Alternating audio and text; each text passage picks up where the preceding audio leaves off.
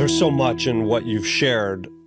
Are there demonic forces playing out that are driving some of the conflict? We would not call them demonic, but you have been asked to label them as demonic. And one of the things that you are often encouraged to do with demonic forces is not to figure out how to defeat the demonic forces, but instead to be in fear of them. In fact, even this that is happening right now, there will be those who will accuse Lee of channeling demonic forces. And that is part of the script that you were all fed in order to get you away from exploring your wider reality. And that is fine, but the demonic forces do not see themselves as demonic, but they are here for resources. So they do not have compassion or care for humanity or any species on Earth. They are here for the resource of Earth. There is a, we will call it, fight between many different groups for control of Earth. It is not one. So any of you who are out there thinking there is one group that you all need to be afraid of, no, there are multiple vying for control. And the positive of this is, in many ways, they annihilate each other. So this is why it will look very dark for a short period of time, or very dark things might play out for several weeks or even months. And many of you will think, now we are doomed. But you will see during these coming years that things will get circumvented. Things will change very fast. Something that looked very, very, very troubling for all of you. We're not saying it will not wreak havoc or cause some damage, but it will switch. Such is the nature of energy now, because Earth is not supposed to go down a backwards dark path. And there are enough benevolent forces galactically that will not allow that to happen. I think people want to feel the presence of a galactic force guiding Earth in its process of evolution, meaning we're recording this at a time where it feels like we're on the brink of a World War III, and everyone is terrified for that.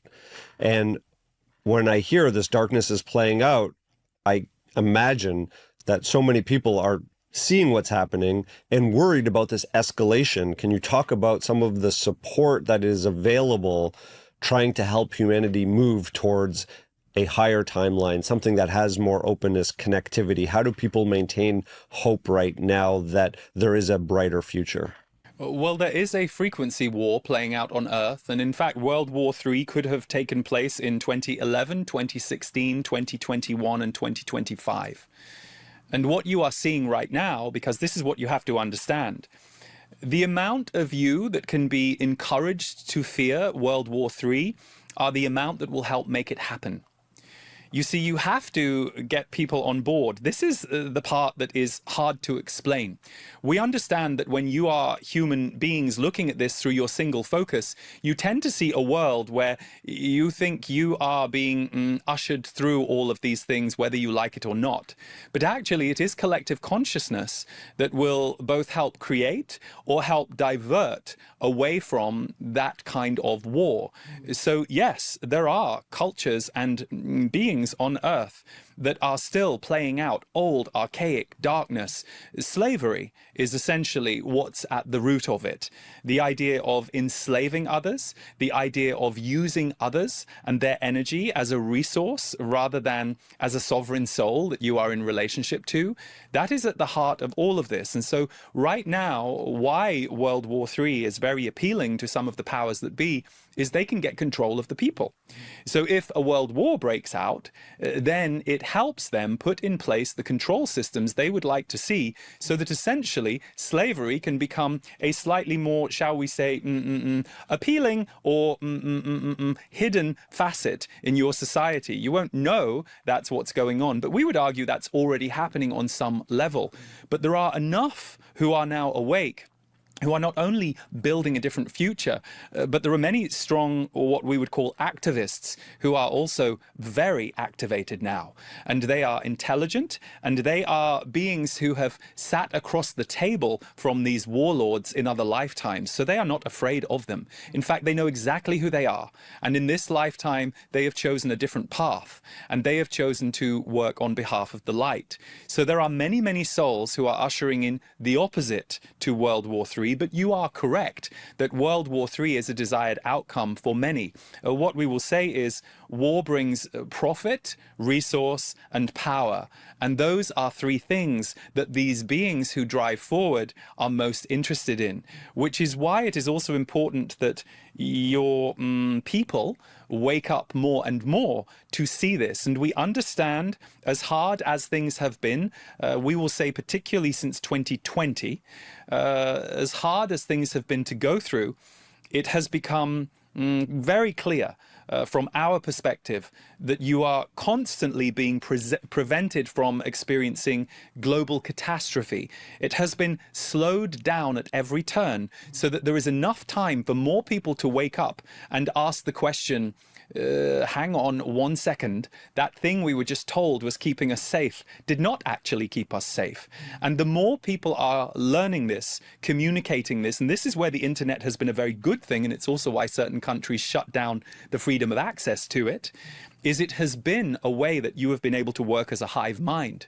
You have been able to share with each other information, video footage of corruption that should not be taking place, or at least you are told it doesn't take place, but it absolutely does. We have said for a long time that politics is a very low vibration system because of the corruption within it. There are still those who are trying to go in there with the light and bring light, bring change. But actually what needs to be seen and exposed is the shadow. And yes, you said this is being recorded in the early part of the year of 2026. And it is true that more and more is coming to light for people to see the distortions, the corruption. And it is a very sobering time for most people, for there is a heartbreak, a trauma, and a grief they have to work through as part of this process. Even those who have heard this kind of information for decades, it is another thing in the body to feel the nervous system of the collective who are now walking through this shock and this wake up into a reality that many people did not even believe could be possible. I feel struck by this intense sense of sadness in this moment that I don't know that I've ever felt on the podcast. And it kind of hit me out of nowhere in a way. And it feels like this sadness that we're going through something that we don't have to, meaning that we're all climbing and crawling and scratching at something and we're playing out this trauma loop. But there is another version, and I want to talk in a minute about the personal work that each one of us can do. But I'm struck by this dichotomy that the world seems to be caught in, which is there are bad actors in the world, and therefore we have to dominate those bad actors before they dominate us. We have to stop nuclear proliferation before they use it against us. How do you get out of that trap? They lie to you about nuclear. So there are many lies you are told to keep you conforming. And this idea that there are, shall we say, conflicts between countries, the conflicts are not as great as you might think. The agendas are often quite similar. The public are told one thing. So this intense sadness, let's start there. This is important. It is good you feel the sadness. It is sobering to wake up to a world that is not quite what you thought. But here is the piece we want to explain. The sadness, the shock, the anger, the rage, the depression, the feeling of hopelessness, these are all temporary. These are all feelings you will move through that will move through your system. And we would not discourage you to feel those things when and if they come. That is part of the change process and metamorphosis that you go through. Lee will not mind us sharing this, but 20 years ago, when he was first privy to some of this information, it took him a year or a year and a half to recover to some of what he had learned. But here is the other side of it. You are alive right now. And there are absolutely millions and millions and millions and millions of you around the world who are here to create a different vibration and here to create a different world. Before you incarnated, you knew exactly the time you were coming for. Now, as a human, we understand that the amnesia that you tend to embody as a soul when you come here is part of the program. But it was always designed that Earth was to be, shall we say, a playground or an experimental place for the growth of consciousness. And there have been times on Earth where that has been attempted and it has fallen. But this is a time where we will say the shackles are off. Because of what is going on historically, many of you look at what is playing out and you only see the horror. Now, firstly, let's talk to you about the First and the Second World War.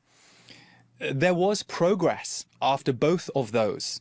So we understand that when you are in a time where World War III is being threatened and pumped into your media system, which is how they get you, we understand the fear as you are looking at that, and we understand the heartbreak as you watch brothers and sisters around the world senselessly lose their lives because of these political power resource games. But you must also understand that after each war there has been transformation. So the sadness you might feel comes from a sense of powerlessness around the system you thought was keeping you safe, was holding you in place. Within that system, there has been the flourishing of human consciousness. So we do not want to paint a picture that's all bad here. We are speaking to you about the behavior of certain individuals around the world whose goal it is to create a different reality on Earth, but they are far outnumbered by the rest of you. And also by those who are not inhabited in a human form right now, this conversation being one of the many examples around the world, and it doesn't always take place with words. Energy and frequency play a part. The Earth is a magnificent planet.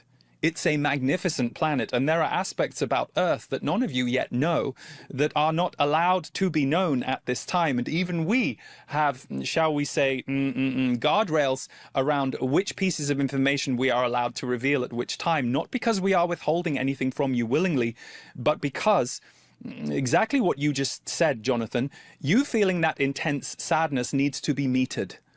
There needs to be time for you to process and catch up with this experience, as is true for all humans. So pieces get revealed at a time. What we are trying to tell you here is we understand that the darkness is distressing. We understand that seeing that the world you thought you were living in might not be the one you want to see. However, we will go back to the truth. You are creating it. This conversation is not creating darkness or depression. It is here to create possibility, even if it is a little sobering for some people as we are having it. And those who do not want to believe it will just reject it. They will reject us, they will reject Lee, and that is fine. That is what they are supposed to do. You do not need to get on a timeline that you do not fit with. You need to be on the timeline you are here for, because everyone is playing their role. But for you, as someone who cares, and as someone who does not want to think that there are dark forces in the world, we would equate it to the part of you whose heart breaks when you hear about a terrible act of violence from one human to another. Perhaps it's a friend of a friend that you hear it happens to, and you simply can't make sense of it. You think, how in a world where so many of us just want to love each other could another human do that to another human? It is not yours to understand, because they are running a very different script through their energetic system. They are playing a different role. They are playing a different game. But it is for you to come to terms with, and when you have come to terms with it, you will double down on the part of you that wants to be here to bring light, hope, and positivity. Hope is not a falsehood. Hope is an energy that people build from. Hope is not just a soothing, placating energy, not at all. Hope is a future timeline that you can make possible. So hope and care for others is a very powerful force on Earth. They want you to think love is not possible. That is why you never see love in your media. You never see love in your media. Occasionally in your media, you will be shown occasional small positive things to keep you hooked. But 80% of mainstream media will show you fear-based negative things. Why? Is that the life most of you are living? No. If you are not living in a war zone, you are not necessarily experiencing an 80 to 90% negative life. If you are not going through extreme suffering or trauma in your life, you are not experiencing that. Yet your media wants you to see those things. Why? To keep you scared about your life and about your world. And that is how control happens. That is how control happened in 2020. I'm struck by this notion of, wanting to surround myself in love, in hope. Many of us are getting off social media. These are, I think, for many of us, positive moves. But it's hard for me to wrap my head around things that come to light, which reveal a very deep sickness. And I'm going to use an example from our current, political sphere. For many of us, when we learned about the reach of Jeffrey Epstein, and when we learned about the global agreement that was made among so many in power, and the comfort with which so many people all over the world were with ease, and by the position that they've been placed in to denigrate other people, the reach of that feels overwhelming.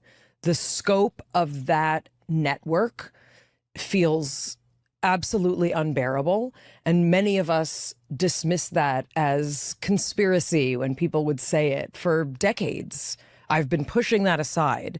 And to learn of the reach of that kind of sickness, it feels like more than we're being asked to bear, to know that exists in the world. How do we separate ourselves from something like that? Because the corruption was hidden by your power systems. So it is a fall from grace in many ways. And we will say there are those within your power systems who were not working on behalf of the darkness. They were working on behalf of the light. The other thing we will say to you is those players in that, shall we say, story or situation, we are not saying it is false, but we are trying to find the best term for that situation. There were far less of them than there were victims. So in fact, the level of victimhood that a small amount of individuals were able to create is what should also draw your attention. There were also many who were what we will call used in that story. There were many who were photographed or whose names were recorded deliberately so that when the reveal came of what was really playing out behind the scenes, they could implicate many who were not necessarily involved, but it was both an insurance and a security blanket and also a way of blackmailing and bribing people. This is why, and we are going back to something you asked Lee on the last conversation you had. You asked him a question about those files, and he told you, because he heard our answer, that it was a smokescreen. And the reason that is being given to you is not that the story isn't true, not that what took place isn't true, but you have to ask yourself, why are you being asked to look at that now when that information has been available for years and years and years and years and years? So why that is revealed and what is taking place while everyone is focusing on that is where your attention needs to go. So you see, we understand, and we have always said, and we are not the only voice of this, there are many voices around the world, both channeled and non-channeled, that have been saying this for a long time, that this was going to be a period of history where your collective were going to be shocked by what they learned, and it would not be an easy process. The term conspiracy theory is a wonderful way to make someone feel like they are, the word would be crazy, insane. It is a wonderful label to place onto anything that often has at least a seed of truth in it, and in many cases is very true.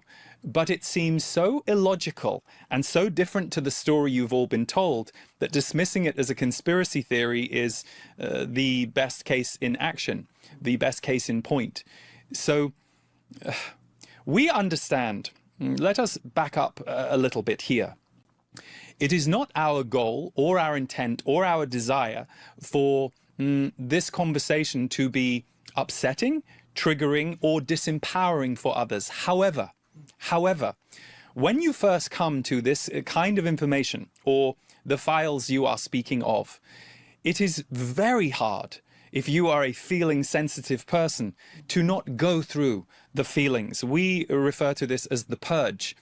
Even those who have known some of these theories for a long time, when they come to light and they hit the collective nervous system, at least the collective nervous system of those who are willing to look, willing to understand, willing to look into the details, it is quite the release on the body, because the body has to catch up with the idea that they've been in an abusive relationship they didn't know they were in. But like all abusive relationships, when you go through the transformation of an abusive relationship and you actually start to heal the parts of you that found yourself in the abusive dynamic, what you come to is your own inner power. More and more of you are coming to your own inner power. And we will put it this way. The dark only has so much power, and that is very hard for some of you to believe, because the darkness clearly has its fingers in so many pockets of your world and has been able to run amok and do abhorrent acts to other human beings, and not just human beings. There are other species on the planet who suffer greatly.